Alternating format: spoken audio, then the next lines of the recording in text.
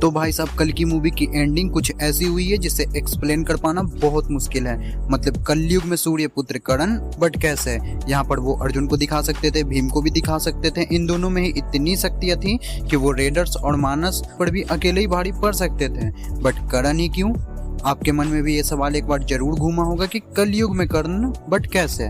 जिसके लिए मेरे पास एकदम सॉलिड थियरी है, जिससे हम ये बहुत आसानी से समझ पाएंगे कि कल की पिक्चर में नाग अश्विन ने कर्ण के कैरेक्टर को क्यों दिखाया है, उनका रोल क्या होगा, उनका जन्म आखिर इस कलयुग में क्यों हुआ है, और अगर हुआ भी है तो वो इस कलयुग में भी अपने कर्ण अवतार में कैसे हैं।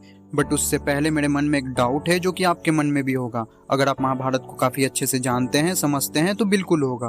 तो कल की मूवी के अंदर अर्जुन को थोड़ा वीक दिखाया गया है कर्ण के मुकाबले, जिसके लिए सबके मन में अलग अलग थॉट्स हैं। कुछ लोगों के हिसाब से कर्ण अर्जुन से बेस्ट है, बट कुछ लोगों के हिसाब से अर्जुन कर्ण से बेस्ट है। बट रियल में बेस्ट कौन है, उसके लिए हमें समझना होगा महाभारत को। तो महाभारत में अर्जुन भगवान शिव से भी युद्ध कर चुका है, ऐसा बताया गया है। जिसके बाद खुद भगवान शिव ने ये कहा था कि विश्व में दूसरा ऐसा कोई नहीं जो कि अर्जुन की समानता कर सके, जो कि ये क्लियर करता है कि अर्जुन कितना पावरफुल था। बट कर्ण भी कम नहीं था, जिस चीज को नाग अश्विन ने मूवी में बहुत अच्छे तरीके से दिखाया है।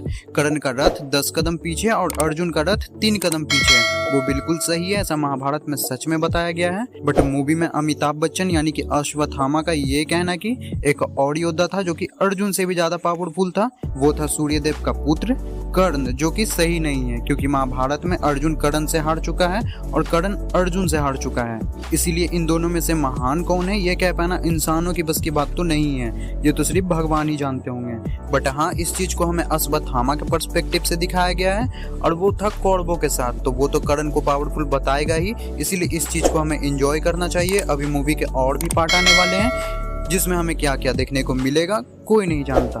तो अब हम बात कर लेते हैं मूवी में इस घोर कलयुग में नाग अश्विन ने कर्ण को क्यों दिखाया। मतलब इस चीज को एक्सप्लेन कर पाना बहुत मुश्किल है, ये बिल्कुल सर से ऊपर जाने वाली चीज है। तो इस चीज को समझने के लिए हमें कर्ण के मृत्यु को समझना होगा कि वो मरा कैसे था।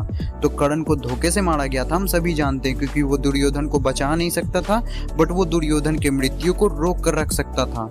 कर्ण जब तक जिंदा रहता वो दुर्योधन को कुछ नहीं होने देता, उसमें इतनी ताकत थी। इसीलिए श्री कृष्ण ने अर्जुन से कर्ण को धोखे से मरवा दिया, जैसे कि दुर्योधन हमेशा से ही पांडवों के साथ करते आ रहा था।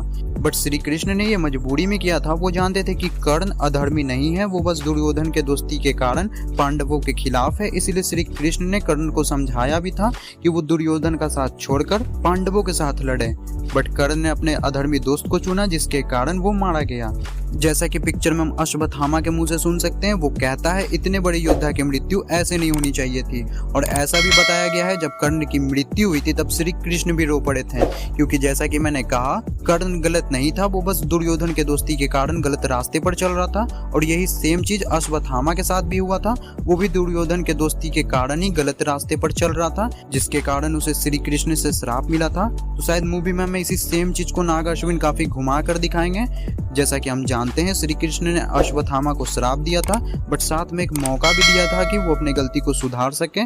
कलयुग में श्री कृष्ण के 10वें अवतार कल्कि को प्रोटेक्ट करके, जैसा कि हम सभी जानते हैं। बट यहाँ पर नाग अश्विन ने मूवी में एक बहुत बड़ा ट्विस्ट डाला है, सेम चीज कर्ण के साथ करके। तो शायद ये सेम चीज हमें कर्ण के साथ भी देखने को मिलेगा। तो होगा कुछ ऐसे कि महाभारत काल में श्री कृष्ण ने ही कर्ण को भी एक मौका दिया होगा कि अभी तो वो अधर्म के रास्ते पर है, जिसके कारण उसकी मृत्यु होने वाली है, बट फ्यूचर में उसे एक और मौका मिलेगा जिसमें उसे धर्म के साइड से लड़ना होगा, जो कि सच में कर्ण डिजर्व भी करता है।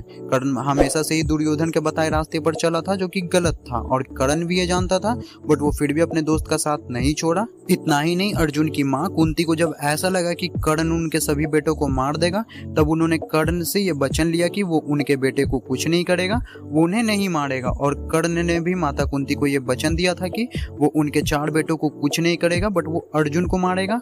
बट हुआ उसके उल्टे। तो शायद इन्हीं सब चीजों की वजह से मूवी में श्री कृष्ण कर्ण को एक और मौका देंगे। जैसा कि मूवी में हमने देखा अश्वत्थामा सुमति को बचाने में असफल रहा, जिसके बाद एंट्री हुई सूर्यपुत्र कर्ण की, जिसका पोटेंशियल पावर, भाई साहब कर्ण के फुल पोटेंशियल पावर को क्या दिखाया गया। मतलब जहां एक तरफ अश्वत्थामा भी मानस को नहीं रोक सकता था, वहीं कर्ण ने अकेले ही मानस और पूरे रेडर्स को धूल चटा दिया।